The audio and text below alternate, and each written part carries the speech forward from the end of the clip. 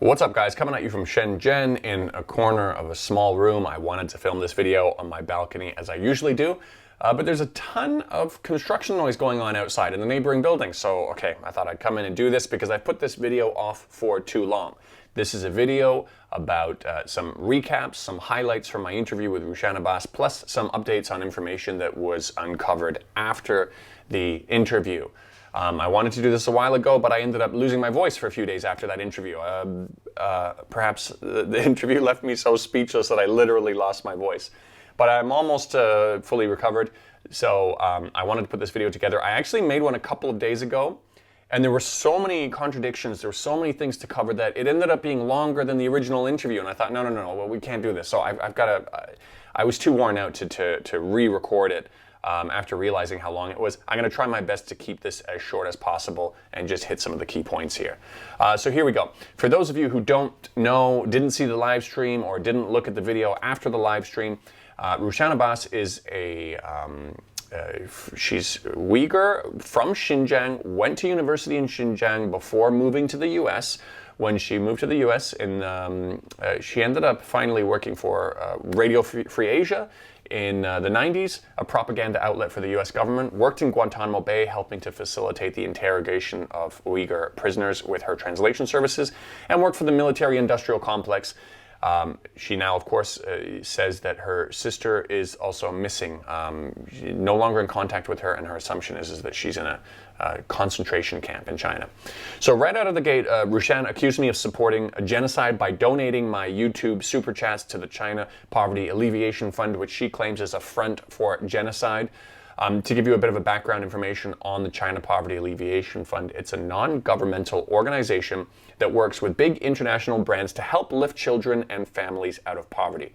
They do stuff in Africa, Asia, Central America.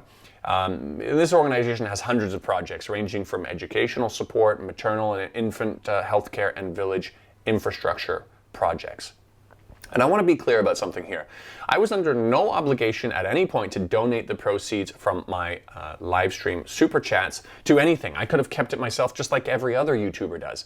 But I felt like I just didn't feel comfortable taking those funds when we were talking about Rushan's activism and about her sister. So I decided to choose a charity. And we didn't get too much that came in. I think it was just over 100, I'm not sure if this is after YouTube's deductions, but it was like 130, 140 US dollars or something like that. Still, it's better than nothing, right? After our chat, I did, however, want to find out a little bit more. So I asked her if she could provide evidence for her claim, but like all of her other claims, she couldn't provide anything. I asked her in private first, through a direct message on Twitter. Then I went into posting it publicly saying, hey, come on, this is a big accusation. Can you help us clear it up? She didn't make any attempt to provide anything and called the effort to ask for evidence pathetic. She ended up reporting my tweets for being targeted harassment also, and my account was actually suspended for a short period of time, but through an appeals process, it was very, very obvious it was not targeted harassment, even in the slightest way. So I got my Twitter account back. Now, if you notice in my discussion, moving on to the discussion itself, if you notice in my discussion with Rushan, I didn't focus too much on the claims of genocide because there's nothing substantial to back this up, and I've engaged with these claims a lot before, especially on Twitter. There's no mass exodus of Uyghurs, and the population is increasing. I've looked through and I've listened to countless people pushing this narrative, and it always ends up lackluster or littered with dishonesty. And as soon as you see people talking about China's terrorism problem, and they put terrorism in quotations, I mean, you know they're being really, really intellectually dishonest. There are literally Taliban training camps for Uyghur activists interested to go. And I'm going to get back into that point a little bit more later on. I also listened to one of the journalists who uncovered some of the leaked Chinese documents that they rely on, and her name was Bethany Allen Ibrahim. And this is something I listened to a while ago. It's not that Rushan said, oh, there's leaked Chinese documents, and I went out and looked for it. I've been looking at this stuff all along. And I listened to her on a podcast. She said her source was overseas Uyghur groups. These are the same Uyghur groups that have been funded over $8 million from the NED alone. And there's funds from other US organizations as well, governmental organizations no less. Furthermore, when this Bethany journalist translated the bits that were basically more or less talking about how some of these Uyghurs talk about infidels, she wanted to soften the language. And she said, well, infidel's such a strong language. I'd rather translate it as, and I can't remember the word she used, but basically she was really trying to soften it. Now, on the flip side, when she was talking about the Kunming train attacks where people were chopped up with knives, she said, yeah, it was terrible, it was wrong, but I think they kind of used too strong language to describe it. They blew it out of proportion. I mean, she comes across as a total terrorist apologist, like a lot of them do, but obviously doing it in a very delicate way. So I moved into a stage where I wanted to find out the true motivations and backgrounds of the loudest voices pushing these unsubstantiated claims. And we should have done this for the testimony in 1990 with the Kuwaiti girl, but can you imagine being the person then calling that 15-year-old girl crying on stage a liar or questioning her intentions? You're not going to make yourself many fans, but what that event taught us is that you must demand for real evidence and you must consider the big picture. If someone ended up uncovering at that time that she was involved in a $12 million campaign organized by a PR firm Hill and Knowlton, we would have said, hang on a sec, guys. Well, at least we should have. Who knows? Maybe people still would have been saying, what are you talking about? You're trying to discredit her. Because that's essentially what's happening today. We're saying, hold on a second. You're funded this much by this group, and we're not asking the questions now. And so that's why it happens over and over again, from the WMD story to the recent silencing of Jose Bustani, the ex-chief of the OPCW, the Organization of the Prohibition of Chemical Weapons, when he wanted to talk about his concerns about the validity of the so-called chemical weapon attack by Assad in his own country in 2018, when he was saying, this doesn't make sense. He was silenced. Now, of course, the U.S. is in Syria protecting the oil, as Trump likes to say. And then they say he left troops in Syria. You know what I did? I left troops to take the oil. I took the oil. The only troops I have are taking the oil. They're protecting the oil. I took over. We're taking the oil. We're not taking the oil. Well, maybe we will. Maybe we won't. They're protecting the facility. I don't know. Maybe we should take it. But we have the oil. Right now, the United States has the oil. So they say he left troops in Syria. No. I got rid of all of them other than we're protecting the oil. We have the oil. All right, so even if you think the narrative in Xinjiang is true, you need to ask questions, you need to look at the sources, and you need to be honest about the problematic connections linked to the very same kind of forces that have tricked you in very similar ways before. But I've gone off on a little bit of a tangent here. Let's get back on track and talk about some of the content in the interview itself. In regards to Rushan and her claim that I asked her if she was paid for her work at Guantanamo Bay and that she didn't bring up needing to support her family in the context of taking that job. In the interview, she invited me to share the screenshots during our discussion, and I've posted them on Twitter already. I will share the link below, and you can determine whose events it more closely matches. Towards the end of the interview, she didn't give me much of an opportunity to ask more questions about her involvement with the military-industrial complex, specifically having worked for L3. The only thing she briefly said was that she didn't know what they did. And I found that really hard to believe because when you open up their website, it's literally plastered with images and descriptions of how they supply military parts and battlefield training. She ended up later clarifying this point with me, and she said, well, actually, she was hired by Titan Corporation, which was later bought out by L3 while she was working there. It checks out. It's true. I mean, the story checks out, but it's actually even worse. Lockheed Martin was in the process of trying to buy that company when she was being hired, which should have given anyone a pretty good indication about what they're really about. But perhaps even worse than that, Titan Corporation was implicated in the torture of Muslims in Abu Ghraib. This is the part of her life she says she's proud of, helping interrogate Uyghur prisoners on behalf of the US military while working for a company that was also torturing Muslims in Abu Ghraib. And then she has the nerve in her chat with me to suggest that I'm immoral for making beer in China. I mean, what a stretch. Rushan, in regards to Guantanamo Bay, Rushan was actually trying to paint herself as someone who was driven to Guantanamo Bay out of a passion to help those poor prisoners. Her description of her motives has constantly changed over the years, and you can have a listen to this video. It was early April 2002. My phone rang, and when I answered, it was a major from one of the contractors providing language support for Guantanamo. And then he asked, have you heard of Uyghurs being caught in Afghanistan and brought over to Guantanamo? And I said, yes. I need you to go to Guantanamo and translate for those Uyghurs. And I was shocked, actually. I didn't know what to say. But then I decided to go for it. I decided to go and they serve my country when the country needed my service. So basically, she was driven to Guantanamo Bay out of a desire to serve her country, meaning America now, of course, when she talks about her country. Moving on, I asked Rushan about her sister. Now, I asked her why did her sister keep going back to China after visiting her in the US so many times if the situation was so bad.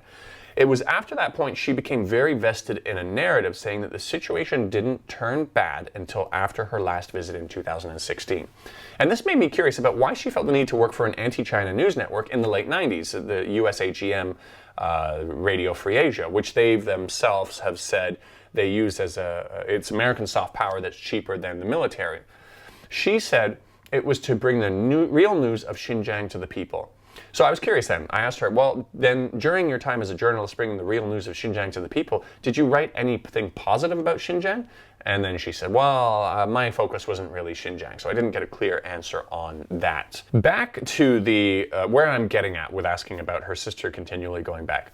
Rushan, before that point, had actually said that the Uyghurs were massacred in 1990, experienced brutal oppression in 1997, and then their religion was used to persecute them in a more widespread manner after 9/11 in 2001.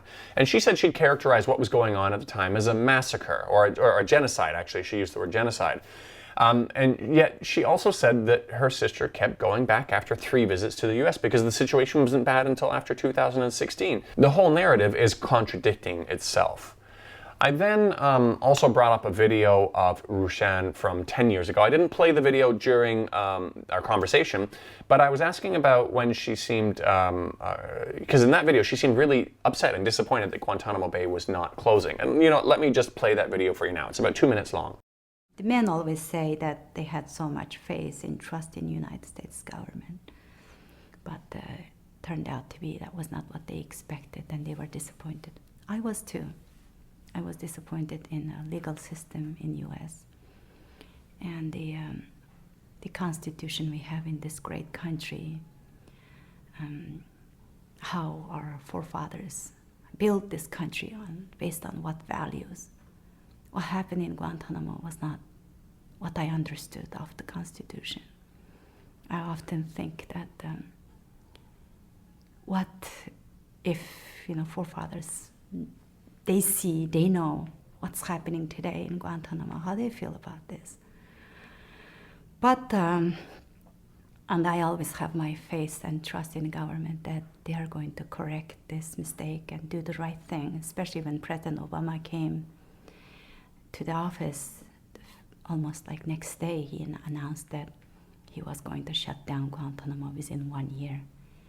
And I was so excited, I had tears in my eyes. Finally, it's going to be corrected. Everybody makes mistakes, but the most important thing is who's willing to correct that mistake. But now we are approaching that deadline in a couple of weeks, and it's not going to happen.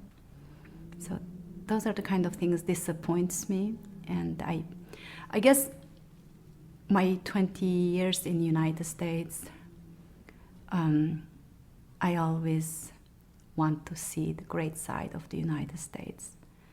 But then last 8 years, what I have endured, what I have experienced in Guantanamo was not the side that I want to see of my country here.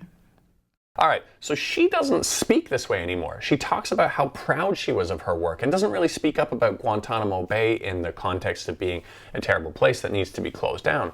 She says that this isn't her focus and that she has something more important to talk about.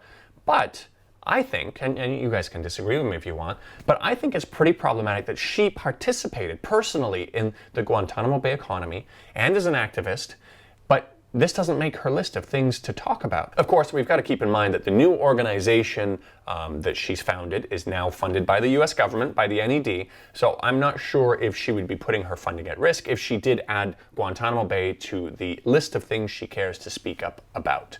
And when I asked her about this, she deflected to the issue of me having a business in China making beer, which is, again, quite a remarkable stretch to represent it as anything anywhere remotely close to her situation. But one of the most remarkable statements out of the whole thing from Rushan, in my opinion again, was when she was defending her NED funding by asking me, well, what does NED stand for?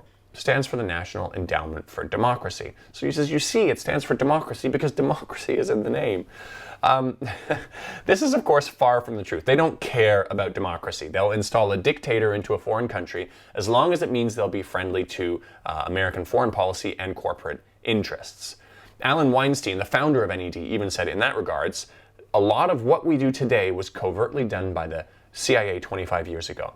And of course, speaking about what the NED does. This is an organization that actively destabilizes governments, democratically elected as well, all around the world by interfering with their politics and funding rebellions.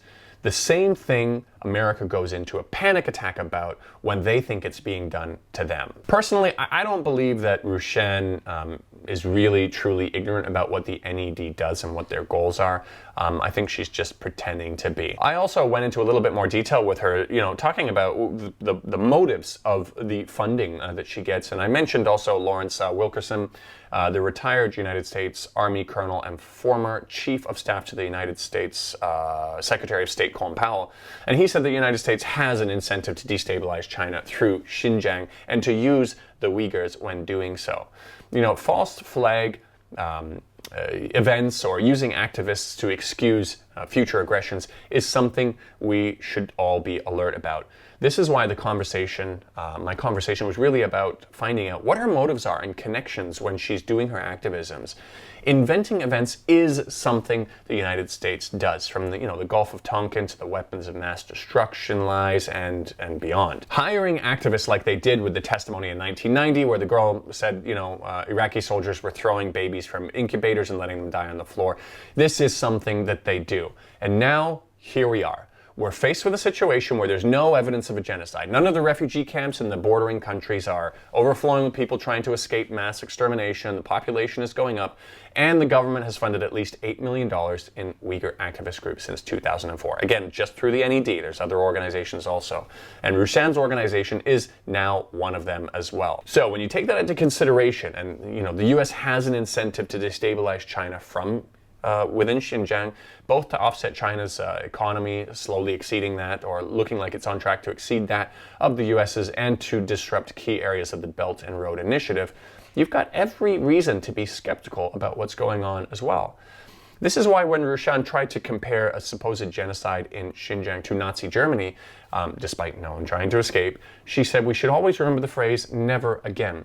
And I told her that never again should also be used to represent never being fooled by American propaganda again to excuse their aggressions and killing of innocent people in their endless wars. But I didn't get too much enthusiasm from Rushan on this never again because it is, of course, she's of course being funded by the same groups that are trying to do it again and who have done that over and over again. Now, moving on to the claim, I think it's important to talk about the scale of what's going on too, because China has shown to the world, they've invited people in from all different kinds of organizations to show what are they doing to deal with the terrorism problem? How are they handling it? The kinds of skills training programs and de-radicalization efforts that they're doing actually puts America to shame. When you compare how America deals with Uyghur separatist groups, in as late as 2018, America has been killing Chinese Uyghur terrorists in Afghanistan. And I'll play a video for you from that 2018 press conference now. Over the past weekend, United States forces conducted air operations to strike Taliban and East Turkestan Islamic Movement, or ETIM, training facilities in Badakhshan province. The destruction of these training facilities prevent terrorists from planning any acts near the border with China and Tajikistan. The strikes also destroyed stolen Afghan National Army vehicles in the process of being converted to vehicle-borne improvised explosive devices.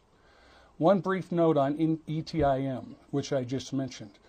They are a terrorist organization that operates in China and the border regions of Afghanistan. ETIM enjoys support from the Taliban in the mountains of Badakhshan. So hitting these Taliban training facilities and squeezing the Taliban support networks degrades ETIM capabilities. What I'd like to do is show you a couple videos of strikes in this area in Badakhshan. The first one that you're going to see is a B-52 strike on a Taliban training camp in Badakhshan. Adrian, can you please roll the tape? This strike occurred on 4 February.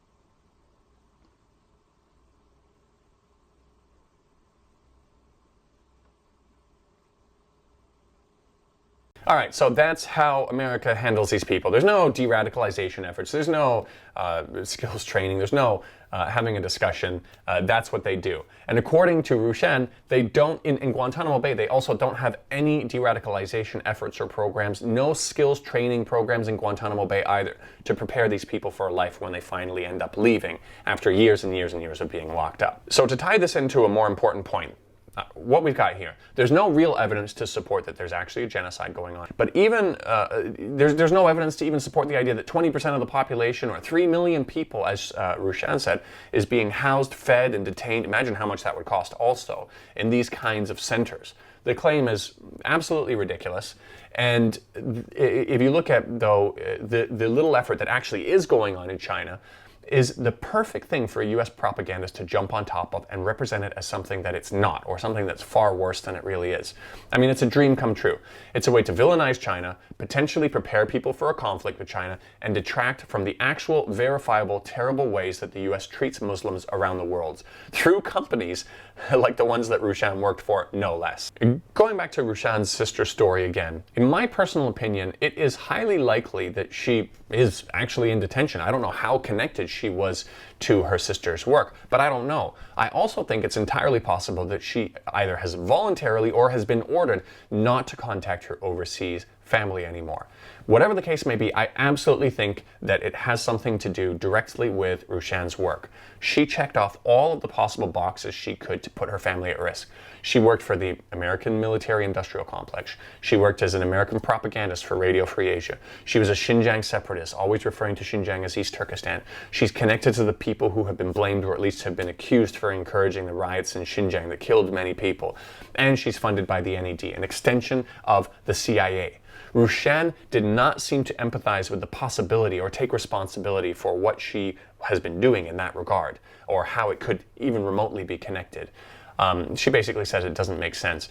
And what I tried to explain to her is, if you look at this in the opposite direction, if you look at if an American had a sibling who moved to Beijing and was working with an organization that was specifically designed to interfere with American politicians and fund rebel or separatist groups in the U.S., and that the American sibling kept going over to Beijing to meet their sibling, that would absolutely 100% put that person in America at risk.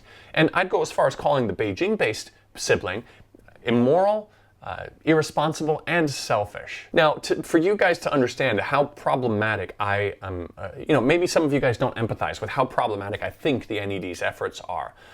So I want to play a clip for you. The first part is from Max Blumenthal's documentary on the NED, and then the second part is from a YouTube channel called Renegade Cut. I will put the link to all of those videos in the description so you can check out the full thing for yourself, if you so wish. So let's have a listen now. The NED's first success was the defeat of the Sandinista government in Nicaragua's 1990 elections, replacing it with the right-wing party of Violeta Chamorro. Las dictaduras del somocismo y el marxismo-leninismo hoy terminaron. Since then, the NED has advanced U.S. interests in countless countries. It helped swing a Russian election for Boris Yeltsin in 1996. It drove a failed coup attempt in Venezuela in 2002. It orchestrated a successful one in Haiti in 2004, and another one in Ukraine in 2014, which paved the way for neo-Nazis to move into the political mainstream. The system of global capitalism is not simply the natural outcome of markets. When a head of state or head of government is elected or assumes power in the global south, that ruler faces a secondary challenge outside of the governance of the people. They must also capitulate to the global north, endorse capitalism, and maintain the current unequal economic relationship and trade deals. If they do not, there is a good chance that this ruler or regime will be overthrown either directly by or with some assistance from rich nations. most prominently the United States. In 1954, the United States assisted in regime change in Guatemala. President Jacobo Arbenz threatened holdings of U.S.-owned United Fruit Company. The CIA equipped paramilitary troops, and the U.S. Navy blockaded the coast. The president was removed from power, leaving the nation run by a succession of military juntas. In 1960, the United States and Belgium ousted Congo's Prime Minister Patrice Lumumba. Belgium wanted to maintain its business interests in the region after decolonization. Lumumba was killed in 1961. In 1964, the United States helped oust Brazilian President João Goulart, whose left-wing politics threatened capitalism. In 1973, the United States backed a military coup against democratically elected President Salvador Allende, who was a socialist, in favor of the dictatorship of Augusto Pinochet, a fascist capitalist who was responsible for countless atrocities. There are a great many. So there you have it. That's what these groups do. And Rushan tried to say, in regards to her sister, that her involvement with the NED didn't start until after her sister was detained. She's talking about the grants that she has for her own company or own group that she's opened now. But I don't think she realized that I actually uncovered before our interview a deleted archived webpage that showed she was working at the Uyghur American Association in 2006 and was elected as the director of communications. This is an organization that is also funded by the NED. They were receiving well over $100,000 US alone. They had $280,000 grant in 2016 and had additional funding for their other programs also. One of the grants was just before she was hired also, and it was specifically to hire more people for their organization. She didn't really address this other than trying to say it was a voluntary position after stumbling and repeating the talking points that the D in NED stands for democracy again. Other than this, I uncovered some other pretty problematic stuff after our interview. There was an Al Jazeera documentary made on Guantanamo Bay that Rushan Abbas took part in, but it was since taken down. Someone had a saved copy in their Dropbox, so they shared it with me, and I looked through it. I want to share a small clip from that for you now. Şunun bilen bir gün yana sorakka ep çıqqan boldim ine. Çıksam aldımda harbiy kiyim bilen bir ayal oturuptu. Ben bundan qarap hem de qarap bir qarap Uyg'ur o'xshayma bir qarap bu da oyoq yo'qdi. Bu çataq yo'q. Xitoy bizning dushmanimiz, sizlarning dushmanlarga biz sizlarga yordam beramiz. Vatan ozod qilgan yordamni xotirjam bo'l, mana ochiq so'zlar dedi. Bo'ldi deb angizkim biz ham meni aniq dedik. İşte so'rashlar biz ko'rishimiz, nemishqa biz bad bo'lib qoldik, qachon bizni qo'yib berdi. Ya bular bilan bizning adovatimiz bo'lmasa, ya bular bilan biz bu urush banda qilmoqchi bo'lsa. Okay, so as you can hear, these Uyghurs were absolutely at war with China, and they were released from Guantanamo Bay because they were not a threat to the US. To China, on the other hand, that's a different story. After watching that documentary, I searched for the documents related to these prisoners, and I found out that their statements included admitting that they were trained in camps set up by the Taliban, specifically designed to train Uyghur terrorists, and they were taught how to use AK-47s. This is stuff that Rushan would have known. She was the translator. So when she played down the issue of terrorism and the ETIM, it looks like it was absolutely an act. Had these men been able to get back in China with their weapons, they would have almost certainly committed terror attacks, much like the previous ones China experienced. But this time, instead of chopping innocent people up like they did in Kunming train station and other places, they would have had fully automatic machine guns to mow crowds of people down with. In that documentary, they really brush over all of these details. This is probably why they didn't show the full document, and I had to go and find it afterwards. And Rushan tries to paint these people who were mistakenly identified as terrorists. They are absolutely terrorists, or if you don't want to go that far, you can say at least they were trained by terrorists by bare minimum, and you can figure out what that means for yourself thereafter. And they're also Xinjiang separatists. Again, had these people managed to get back into China after their training was complete, judging by their previous terror attacks, they would have killed innocent civilians, Uyghurs included, just like the previous times. Uyghurs like her sister, who was still located in Xinjiang. You gotta let that sink in a little bit for yourself. This is scary stuff, but I want to move on to something that I guess you could call it more entertaining, so to speak, as awkward of a transition that may be from something so heavy as what we were talking about just now. But I had a non-Uyghur, it's a white American activist for Xinjiang, contact me, and she made a video about me cursing and swearing, seemingly upset about my what my interview with Rushan exposed. I got into a bit of a conversation with this person, and I was fascinated by how unfazed they were by the problematic nature of the NED. After a long conversation, I actually wanted to make a joke and ask if she was trying to shill for a job with the NED, but then I finally uncovered that she was already connected to the NED. Not only that, she was from Rushan's organization. Julie is the communications director for Campaign for Uyghurs. And she tried to represent herself as someone. When you look through her profile, actually, I started looking her up afterwards because I was fascinated. And she always tries to represent herself as someone who lived in Xinjiang without actually saying it directly. She was trying to paint herself as someone who lived in a highly populated area, highly populated with Uyghurs who were being systematically targeted. And she also said that she personally witnessed atrocities. So when I pushed her about these atrocities that she witnessed, she said that she was once personally assaulted by a police officer.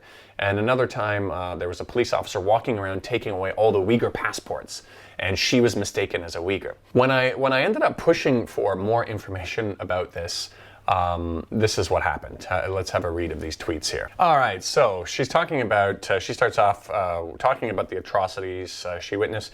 She said, when a Chinese police officer tried to confiscate our passport because they thought we were Uyghurs, I dared to ask why. His mistake. And I said, okay, so they saw you holding a passport and they wanted to take it away from you? My husband looks Uyghur and my hair used to be black, so we got lots of mistaken identity. That's how we heard there was even racial prejudice against Uyghurs. It's easy to deny something you haven't personally experienced, unfortunately, so I'm thankful it happened. I said, all right, so they came to your home to get your passport? Or were you out on the streets and they think Uyghurs walk around with passports all day long? And they said, was in the airport, good sir. Foreigners are supposed to carry a copy at all times, FYI. I said, but that's, because that's irrelevant. So I said, they didn't think you were a foreigner. What made them think you were flying international? And why would you have had your passport with you? Because when you fly domestic in China as a Chinese, you use your ID card, you don't use your passport. And she says, I guess she didn't get it. They thought we were Uyghur, as stated. LOL. I said, okay, I guess you didn't get it. Uyghurs don't need to use their passports when they fly domestic. Why did they think you had your passports on you? So she says, okay, here we go. International Flight Desk, they probably made a logical inference that we were going abroad. And we also had them out, so... This is like, I mean, there's so many problems with the story here. Like, why wouldn't they get them when they're booking the ticket then if they don't want them to travel abroad? This is like messed up. But anyway, so I said, so you had your blue-colored American passport out and they asked you to hand it over because they thought it was a Chinese passport. Keep in mind, guys, the Chinese passport is red. Nope, my husband's is not blue, so he made an assumption, my dear. This story is on several things I have published, my dear. You can have a look. And I said, well, why would they need to make an assumption if your passport was already out, like you said? No response. I didn't get any response after that, and then I posted a picture of what a U.S. passport looks like up against a Chinese passport. So that was pretty good, and then she ended up making a number of other claims that aren't worth mentioning, but they all seemed really fishy, and she didn't want to provide evidence for any of it. It was always a chase, trying to explain why she wouldn't provide any evidence. Julie actually did a really good job of wiping out all of her old social media history before she started working with this NED organization. She deleted all of her old tweets, and she changed her Twitter ID, but I finally managed to find an old blog of hers. I'm not sure if she forgot about it or lost the password to it. It's not in the exact same name, so it was very difficult to find because it doesn't use her full name. It used Jules in China or something like that. It didn't have her name written anywhere. But it's filled with stuff from her complaining about visa rules, her mother-in-law, and a bunch of other superficial stuff. And here's what I found. She never once wrote about any atrocities she saw. These are new stories that she began speaking about only after her involvement with the NED. She never once wrote about Uyghurs. She wasn't even living in Xinjiang. She was living in Inner Mongolia. And she never spoke about being assaulted by a police officer. What she did, however, blog about was when she was arrested for assaulting someone in Hong Kong. She punched a Hong Konger in the face, and she spent a few nights in jail and received a suspended prison sentence for it. So I hope some of you guys who saw my interview with Rushan remember when I asked her about why is this Xinjiang narrative being supported by so many compulsive liars. You can now really further understand what I'm talking about. Rushan herself is hiring compulsive liars like this who are also violent criminals, no less. Now, I'm going to tell you guys what's going on here and why the NED is involved. They're not involved for democracy. They're here to do exactly what they did with every other place they have entered, to disrupt the local society, encourage regime change, and promote conflict to destabilize a country. In this case, it's China, a country set to become the largest economy on Earth. And maybe some of you guys out there know this and are okay with this from a personal point of view because you want to contain China, even if it means lying about something. But from my personal point of view, we desperately need change. America has not been a good custodian of global power. If you really want to believe the Chinese oppression stories, America oppresses not only their own people, but the people of the world, and is one of the most violent and brutal forces on our planet. I don't hope that China or any other individual country holds the same kind of global power that America does, but it's high time to ask for a little bit of diversity. Fragmentation of power. In a world where America doesn't rule for the sole purpose of enriching their elite. If they're successful in destabilizing Xinjiang, Xinjiang will not only no longer be the most prosperous area in the region, it will also descend into chaos and terrorism, just like almost everywhere else America has gone recently. I'm reminded of a video where Angelina Jolie was walking through an Iraqi neighborhood after a battle, saying that these people have lost everything. They're homeless, and their homes were in rubbles. And she also said they can smell the rotting bodies of their family members under the rubble. But now they've been freed. They're happy. At least they're free. And she didn't mean this sarcastically. She really believed in her American propaganda so much that her superficial American propaganda-based understanding of the word freedom was not even shaken, even just a bit, by the smell of rotting flesh. And you guys can look at Libya also, once one of the richest nations in Africa, with free healthcare and educations and programs to promote agriculture and business ownership. It's now freed by Western coalition forces. What does that mean? It's descended into chaos with widespread terrorism. And African slaves are literally being sold in open markets for $400 a piece, with a third of the population now in poverty. But at least they're free now, right, guys?